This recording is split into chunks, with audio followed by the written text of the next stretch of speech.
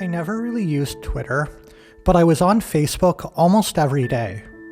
And even though I deleted my account months ago, every once in a while I still catch myself starting to type Facebook's URL into my browser out of habit. Now, before I talk about why I gave it up, it's probably helpful to list why I used it in the first place. Often it was for entertainment. I also wanted to keep up with the news and current events, and probably most important, it was a way to keep in touch with my friends and my family. When the Netflix documentary The Social Dilemma came out, my teenage daughter really wanted to watch it with me because I work in tech and she wanted my take on it. She also wanted to know what an algorithm was and how this stuff is actually programmed. I thought it was actually kind of hypocritical because it was calling out social media for manipulating people into behaving in ways they wouldn't otherwise, while it itself was taking one side of the issue, scaring the daylights out of people, and then it ended with a call to action. So it sounds crazy to say we need to change all that, but that's what we need to do. Now, we had a really good conversation after that, but my position was that social media was ultimately a net positive. But about a year ago, I began to notice something on my own. Every time I spent time on the platform, I never felt better after. I never felt relaxed or less stressed. It was always the exact opposite. And that's when I had an epiphany. No one uses social media when they're relaxed. You usually log on after work or when you need a break. And this means you log on in a state of mind that is in need of less stress, not more. But what shows up in your newsfeed? If everyone logs on in a stressed, tired, or bored state, they're either sharing and posting things that are seeking positive validation to make them feel better, or they're posting rants to vent and de-stress. So if someone who's just as tired from a hard days of work as they are decides to respond to them with a comment explaining the nuance of a particular issue, the person who made the post is not in a frame of mind that will be receptive to that alternative point of view.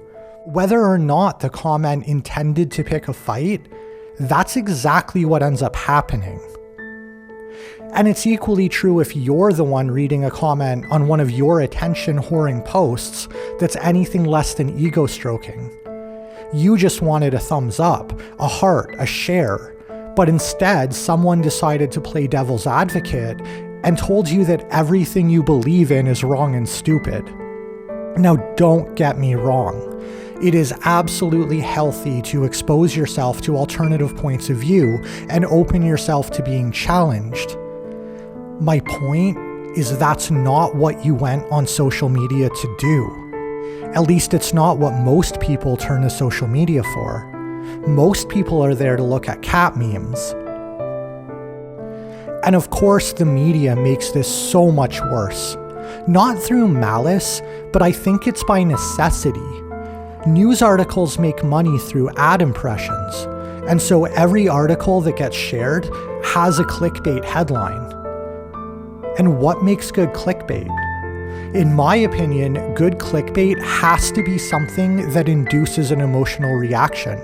And I think this is a fact because you're not going to click on something that you don't care about.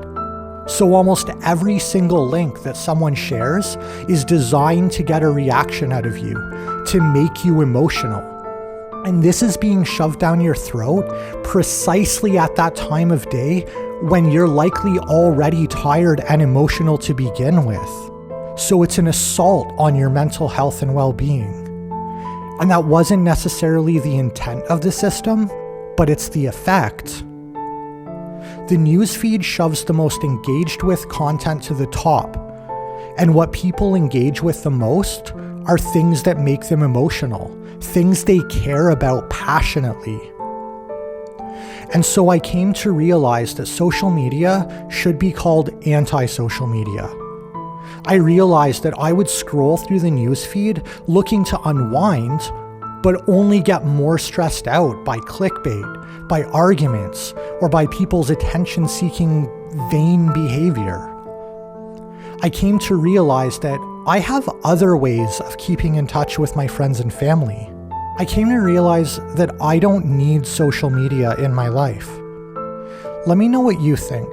Drop a comment down below. If you liked this video, I'd really appreciate a thumbs up. And if you know someone who needs to hear this, then please go ahead and share it. Until next time, I'm a software developer who feels more and more like a tech phobe.